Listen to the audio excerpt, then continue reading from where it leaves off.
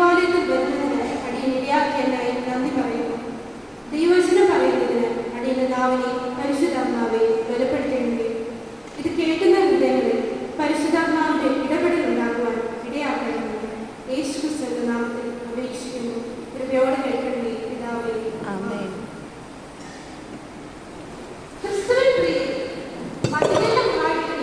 ഇന്ന് നാം പരിസ്ഥിതി ഞായറാഴ്ച ആചരിക്കുകയാണെന്ന് ഈ ദൗത്യത്തിനായി യുവതലമുറകളായ ഞങ്ങളെ പ്രതീക്ഷ അറിയിച്ച് പ്രോത്സാഹിപ്പിക്കുകയും ചെയ്ത മഹാഴിക പ്രതിനിധികളോടുള്ള നന്ദിയും സ്നേഹവും ഞാൻ ഈ സമയം അറിയിക്കുന്നു. അതുപോലെ തന്നെ ഈ ഇടവകയിലെ ഏറ്റവും ബഹുമാനപ്പെട്ട ഡാർവിനോടും കുടുംബത്തോടും കമ്മിറ്റി മെമ്പേഴ്സിനോടും എന്നെ കേൾക്കുന്ന ഇടവാങ്ങളോടുമുള്ള നന്ദിയും സ്നേഹവും ഞാൻ ഈ സമയം അറിയിക്കുന്നു. ജൂൺ 5 ലോക പരിസ്ഥിതി ദിനമായി ആചരിക്കുകയാണല്ലോ. 1992 മുതൽ CSI സഭ പരിസ്ഥിതി സംരക്ഷണം സഭയുടെ ദൗത്യത്തിന്റെ ഭാഗമായി പ്രഖ്യാപിച്ചു. CSI മധ്യകേരള മഹായിടവക ഈ വർഷം കാലാവസ്ഥ നീതി ദശകം ഡെക്കേഡ് ഫോർ ക്ലൈമറ്റ് ജസ്റ്റിസ് ഉദ്ഘാടനം ചെയ്തിരിക്കുകയാണ്. ഈ പശ്ചാത്തലത്തിൽ പ്രകൃതിയിലൂടെ ദൈവത്തിന്റെ ശബ്ദം ശ്രവിക്കുക എന്ന ചിന്തയാണ് നാം പങ്കുവയ്ക്കുന്നത്. ഗ്രീൻ ക്ലർജി, ഗ്രീൻ ടീച്ചേഴ്സ്, ഹരിത വേദപാഠങ്ങൾ, ഹരിത സ്കൂൾ, കാർബൺ ന്യൂട്രൽ പാരിഷ്, വിവിധ വിഭാഗങ്ങൾക്കായി ഹരിത മത്സരങ്ങൾ എന്നിവ വിവിധമായ രീതിയിൽ നടത്തി വരികയാണ്. പരിസ്ഥിതി ദൈവശാസ്ത്ര പഠനങ്ങൾക്കും പ്രവർത്തനങ്ങൾക്കുമായി ഒരു ഡിപ്പാർട്ട്മെന്റ് എന്നുള്ളത് CSI സഭയ്ക്ക് മാത്രമാണ്. പ്രാദേശിക തലങ്ങളിൽ പരിസ്ഥിതി കമ്മിറ്റികൾ രൂപവത്കരിക്കാനുള്ള ശ്രമത്തിലാണ് ഇപ്പോൾ. സിനഡ് തലത്തിലും മഹാലോക തലത്തിലും സ്കൂൾ വിദ്യാർത്ഥികൾക്കായി അനവധി പരിശീലന പരിപാടികൾ നടത്തി വരികയാണ്. 2026 മുതൽ കണ്ണമൂലം വൈദിക സെമിനാരി എക്കോ തിയോളജി 25 സെഷനുള്ള ഒരു കോഴ്സ് ക്രമീകരിക്കുകയാണ്. താല്പര്യമുള്ളവരെല്ലാം ഈ കോഴ്സിൽ ചേരണമെന്ന് അഭ്യർത്ഥിക്കുന്നു. ഇന്ന് ലോകം അതിഗുരുതരമായ ഒരു കാലഘട്ടത്തിലൂടെയാണ് കടന്നു പോകുന്നത്. കാലാവസ്ഥ വ്യതിയാനം, പ്രളയങ്ങൾ, വരൾച്ച, വനനശീകരണം, ജീവജാല നാശം ഒരു പരിസ്ഥിതി പ്രശ്നങ്ങൾ മാത്രമല്ല, ദൈവത്തിന്റെ ശബ്ദത്തെ മനുഷ്യൻ അവഗണിച്ചതിന്റെ ആത്മീയ പ്രതിഫലനങ്ങളുമാണ്. ഈ വർഷത്തെ നമ്മുടെ ചിന്താവിഷയം പ്രകൃതിയിലൂടെ ദൈവത്തിന്റെ ശബ്ദം ശ്രവിക്കുക. Listening God's voice in nature. പ്രകൃതി എന്നത് വെറും ഒരു ഭൗതിക ലോകമല്ല, അത് ദൈവത്തിന്റെ മഹത്തായ പ്രസംഗപീഠമാണ്. പ്രകൃതി ദൈവത്തിന്റെ അദൃശ്യ ഗുണങ്ങളെ വെളിപ്പെടുത്തുന്നു. നമ്മുടെ ചിന്തയ്ക്കാൻ നൽകിയിരിക്കുന്ന വേദഭാഗങ്ങൾ പ്രകൃതിയും ദൈവവും തമ്മിലുള്ള അഭേദ്യമായ ബന്ധത്തെ കാണിച്ചു തരുന്നു. ഇയ്യോബ് 12 7 മുതൽ 12 വരെയുള്ള വാക്കുകളിൽ മൃഗങ്ങളോടും പക്ഷികളോടും ചോദിച്ചാൽ അവർ ദൈവത്തിന്റെ ജ്ഞാനത്തെക്കുറിച്ച് നിന്നെ പഠിപ്പിക്കുന്നില്ല ഇയ്യോബ് പറയുന്നു. മനുഷ്യൻ അറിവില്ലാതെ സംസാരിക്കുമ്പോൾ മിണ്ടാപ്രാണികൾ ദൈവത്തിന്റെ പരമാധികാരത്തെ സാക്ഷ്യപ്പെടുത്തുന്നു. സങ്കീർത്തനം 19 ആകാശം ദൈവത്തിന്റെ മഹത്വത്തെ വർണ്ണിക്കുന്നു എന്ന് സങ്കീർത്തനക്കാരൻ പാടുന്നു. ഭാഷയോ വാക്കുകളോ ഇല്ലാതെ തന്നെ സൃഷ്ടി ലോകം മുഴുവൻ ദൈവത്തിന്റെ ശബ്ദം എത്തിക്കുന്നു. ഇതുമായി ബന്ധപ്പെട്ട് 3 പ്രധാനപ്പെട്ട ചിന്തകളാണ് ഞാൻ നിങ്ങളുമായി പങ്കുവയ്ക്കാൻ ആഗ്രഹിക്കുന്നത്. ഒന്നാമതായി, പ്രകൃതി ജ്ഞാനത്തിന്റെയും ദൈവശബ്ദത്തിന്റെയും അധ്യാപികയാണ്. പ്രകൃതി എന്നത് ദൈവത്തിന്റെ വെറുമൊരു സൃഷ്ടി മാത്രമല്ല, മനുഷ്യാത്മാവിനെ നവീകരിക്കാനും പാഠങ്ങൾ പഠിക്കാനുമായി ദൈവം ഒരുക്കിയിരിക്കുന്ന ഒരു വലിയ വിദ്യാലയം കൂടിയാണ്. മനുഷ്യ ജീവിതത്തിലെ സുപ്രധാനമായ ആത്മീയ ഭൗതിക മൂല്യങ്ങളെ വെളിപ്പെടുത്തുന്ന ചില ഉദാഹരണങ്ങൾ ഞാൻ ഇവിടെ പ്രതിപാദിക്കട്ടെ. ഒന്നാമതായി, ഉറുമ്പ്. സദൃശ്യവാക്യങ്ങൾ 6ന്റെ അർത്ഥത്തിൽ നാം വായിക്കുന്നു. മടിയ ഉറുമ്പിന്റെ അടുക്കൽ ചെല്ലുക, അതിന്റെ വഴികളെ നോക്കി ബുദ്ധി പഠിക്കുക. 2 സ്വഭാവങ്ങളാണ് നാം ഉറുമ്പിൽ കാണുന്നത്. ഉറുമ്പിന് ഒരു നായകനോ മേലധികാരിയോ ഇല്ലെങ്കിലും അത് വേനൽക്കാലത്ത് തന്റെ ആഹാരം ശേഖരിക്കുകയും കൊയ്ത്തുകാലത്ത് ധാന്യം സംഭരിക്കുകയും ചെയ്യുന്നു. വരാനിരിക്കുന്ന പ്രതിസന്ധികളെ മുൻകൂട്ടി കണ്ട് ഇന്ന് തന്നെ അഭിമാനിക്കാനുള്ള ദൂരദർശിത്വമാണ് ഉറുമ്പ് നമ്മെ പഠിപ്പിക്കുന്നത്. അതായത് മുൻകൂട്ടിയുള്ള ഒരുക്കം.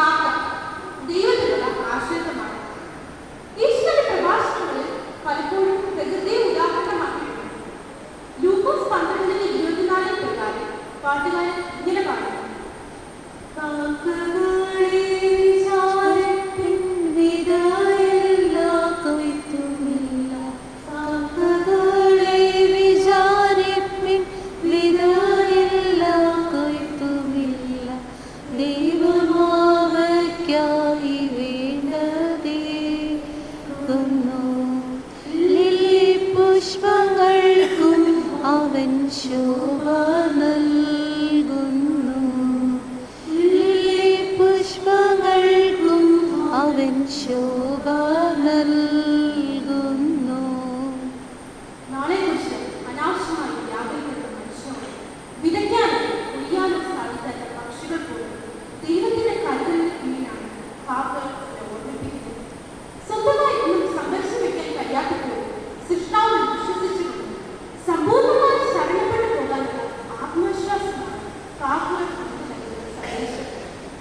മൂന്നാമതായി താമരകൾ ലാളിത്യത്തിന്റെയും സൗന്ദര്യത്തിന്റെയും പാഠം. ലൂക്കോസ് 12:27 താമരകളെക്കുറിച്ച് ഇങ്ങനെ പറയും: താമരകൾ ഇങ്ങനെ വളർത്തുന്നത് നോക്കി അവ അധ്വാനിക്കുന്നില്ല, തുണി നിൽക്കുന്നില്ല. എന്നാൽ ശലോമോൻ പോലും തന്റെ സകല പ്രവർത്തനത്തിലും ഇവയിൽ ഒന്നിനോടും ശ്രമിക്കുന്നില്ല. ചെടിയിൽ വളരുമ്പോൾ താമരയുടെ പരിശുദ്ധി സൗന്ദര്യവും കാത്തു സൂക്ഷിക്കുന്നു.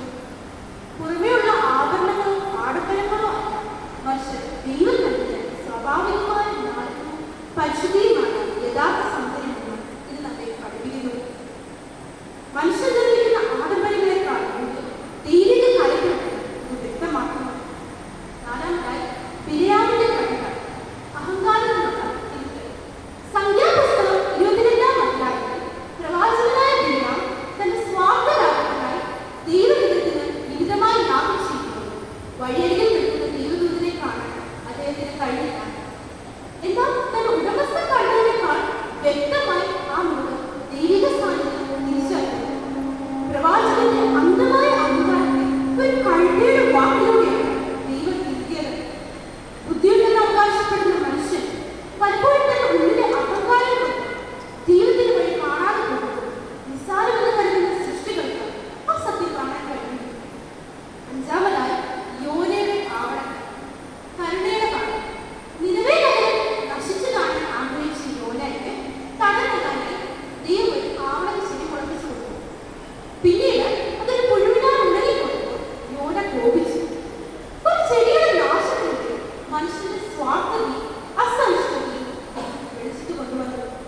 താൻ നട്ടുപിടിപ്പിക്കാത്ത അധ്വാനിക്കാത്ത ഒരു ചെടിയോട് യോനയ്ക്ക് ഇത്രയേറെ സഹതാപം തോന്നാമെങ്കിൽ ലക്ഷക്കണക്കിന് മനുഷ്യർക്ക് നിലവിയോട് ദൈവം കരുണ കാണിക്കുന്നത് എന്ത് തെറ്റാണുള്ളതെന്ന് ദൈവം ചോദിക്കുന്നു. ഇന്ന് മനുഷ്യൻ പ്രകൃതിയെ ചൂഷണം ചെയ്യുകയും അതിന്റെ ശബ്ദം അവഗണിക്കുകയും ചെയ്യുന്നു. എന്നാൽ കാലാവസ്ഥ വ്യതിയാനവും പ്രകൃതി ദുരന്തങ്ങളും ഇന്ന് ഭൂമിയുടെ വിലാപമായി നമുക്ക് മുന്നിലുണ്ട്. പ്രകൃതിയിലൂടെ ദൈവത്തിന്റെ ശബ്ദം ശ്രവിക്കുക എന്നത് കേവലം മുദ്രാവാക്യമല്ല, മറിച്ച് മനുഷ്യൻ തന്റെ അഹങ്കാരം വിനയത്തോടെ സൃഷ്ടാവിലേക്ക് മടങ്ങി വരാനുള്ള ആഹ്വാനമാണ്.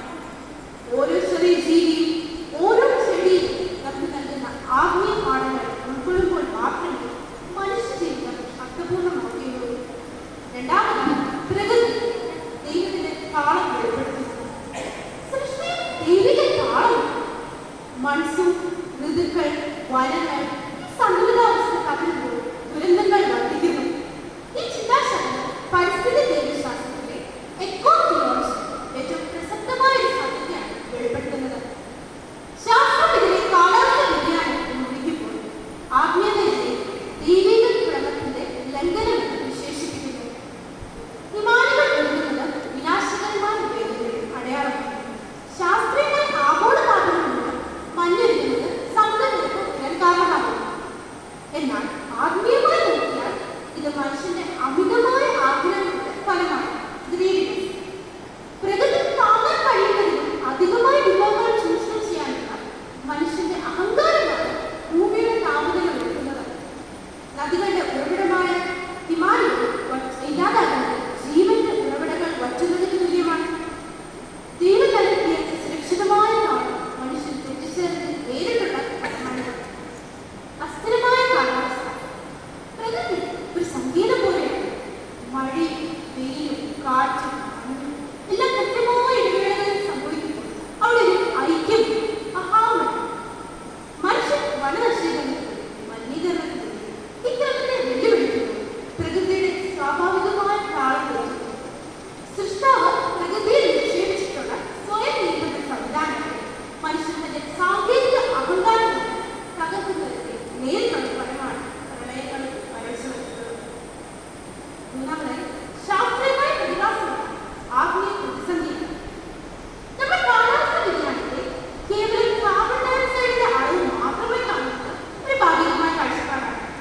മനുഷ്യൻ ദൈവവുമായുള്ള ബന്ധത്തിൽ നിന്ന് മാറുമ്പോൾ തന്റെ പ്രകൃതിയുമായുള്ള ബന്ധം ബാധിക്കപ്പെട്ടു.